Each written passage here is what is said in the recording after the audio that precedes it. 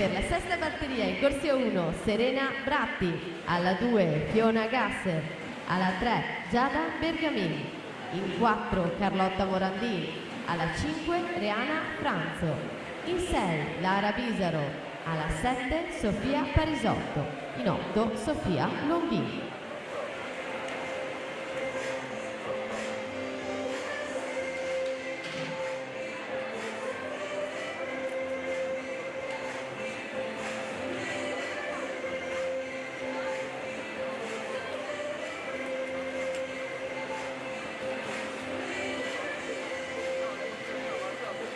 Una 6-16 Giovanna Martin, corsia 4.